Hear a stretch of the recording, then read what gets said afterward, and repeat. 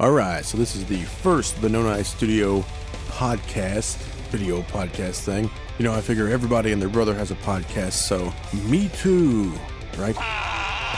Anyway, my idea for the podcast would be, when I don't have specific content to put up, I can just do something quick and easy like this that doesn't take a lot of editing like the tutorial videos do and whatnot. So while I'm doing this, I'm going to be changing strings on my guitar using my favorite strings, which are Ernie Ball here.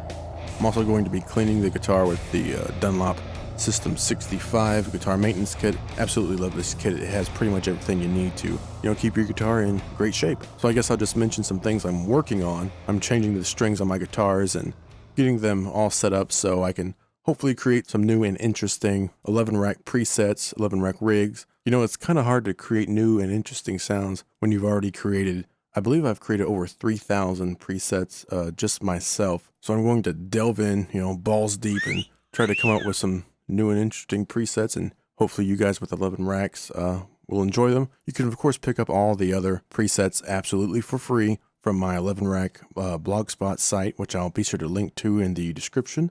Be sure to check that out if you're interested.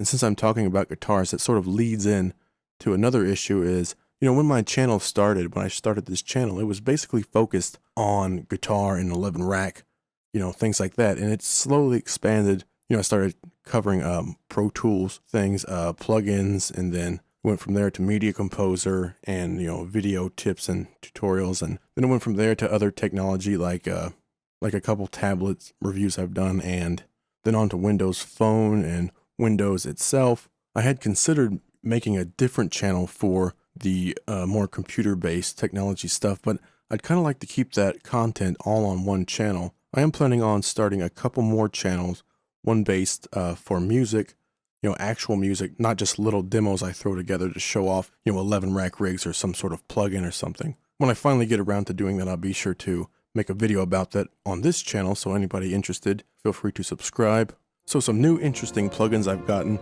pretty recently. One would be IK Multimedia's SampleTank 3. This is an amazing plugin. Definitely check that out. I have a few videos up about SampleTank 3, so you can actually hear what it sounds like. Also have a couple tutorial videos about it up as well, I believe. And another plugin I got recently was Izotope Ozone 5. Again, amazing plugin. It's got several modules in it, EQ, dynamics, harmonics section, a maximizer, reverb, all kinds of stuff, all in one encompassing plugin. It's an absolute must-have on my list.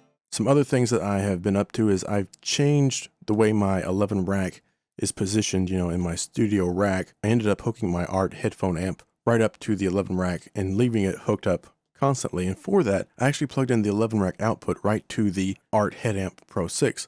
So instead of my monitors being hooked up directly to the 11 rack, now the monitors get hooked up to the headphone amplifier, and it has a pass-through. So even when this headphone amplifier is off, I still get sound through my monitors, which, that's a great feature, and that's something I did not mention in the HeadAmp 6 Pro demo video that I did. And again, you can check that out if you want. I'm really, really pleased with the HeadAmp Pro 6. It's got plenty of channels for me, and the ability to pass through without having to actually turn the unit on is great when, you don't have a lot of people and you don't need all those headphone mixes, so why even bother turning it on? I also hooked up a microphone preamp and ran that into the line inputs on the 11 rack. I think I'm just going to leave it hooked up like that. I think it'll suit me a little bit better this way. It's really amazing what you can do with the 11 rack when you just sort of visualize the signal flow and what you're trying to accomplish. It's really a great piece of gear, even though it's, about 5 years old now. This thing still serves me every single day with, no matter what I want to do, it's capable of almost everything. It's a really great piece of gear. And, they're really cheap now, too. You can buy a brand new 11 rack. It comes with Pro Tools 10 and 11 at this point. You'll get that combo license.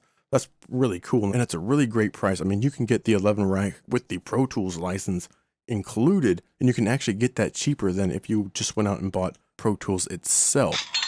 And while I'm on the topic of the 11 rack, and when I was hooking it up with my headphone amplifier, of course I wanted to test out, all of the ports to make sure they were working. But I had my headphones plugged in to one of the ports. I was testing each one, and I go to pull out the plug, and, I look in the little hole there, and I see something sticking out, and it turns out one of the pairs of my headphones actually broke off inside of that port. It's not the fault of the headphone amplifier, it's just these headphones are so old. You suck! Next up on the agenda, I'll just talk about some of the videos I've done that haven't got very many views. One video I did was about SmileBooks print for Windows Phone. It's a really cool application for Windows Phone, but you can actually use this on any computer. I think it's probably Android and iOS as well. It's not just for Windows Phone. It's a really cool service where, since everybody's taking digital media these days, we're not using film, but it's a really cool service where you can take your pictures and actually have them developed, and then they'll send them back to you, printed on great paper. They look, absolutely great. So if something like that interests you, check out that video. I go through the whole process of taking a picture and then actually sending it in and then receiving it. Another kind of funny video I did was about the Microsoft 3500 wireless mouse, where I tested the BlueTrack technology in some funny ways. It's actually a pretty cool mouse, and that BlueTrack actually works pretty good. So I believe that's really all I had to talk about for this little podcast. Again, it's just kind of an experiment. I don't know if I'll do more. We'll just see how this goes. You can follow me on Twitter if you want. I don't really post there very much, but it's sort of one of those necessary things you have to have if you're, going to be creating any kind of content for the internet. You got to have a Twitter, you got to have Instagram. So I have those linked on my main YouTube channel. You can follow me there if you want. One thing I did forget to mention for you Media Composer users, Media Composer was updated to 8.1 last week, and with that we got some really cool features. One of the best features was the integration of AAX plugins right into Media Composer. So that means I can use the same plugins I'm already using in Pro Tools, and I can use those in Media Composer. And I did a little video about that, and you can find that on the AvidBlogs. It will be available on YouTube as well, but right now it's only on the AvidBlogs. So go to the AvidBlogs and check that out. Not just my stuff, but check out the other AvidBlog stuff. They have tons of stuff for film, tons of stuff for music. It's a really great resource that they're putting an effort into building to get more and more content. So be sure to bookmark the AvidBlogs page.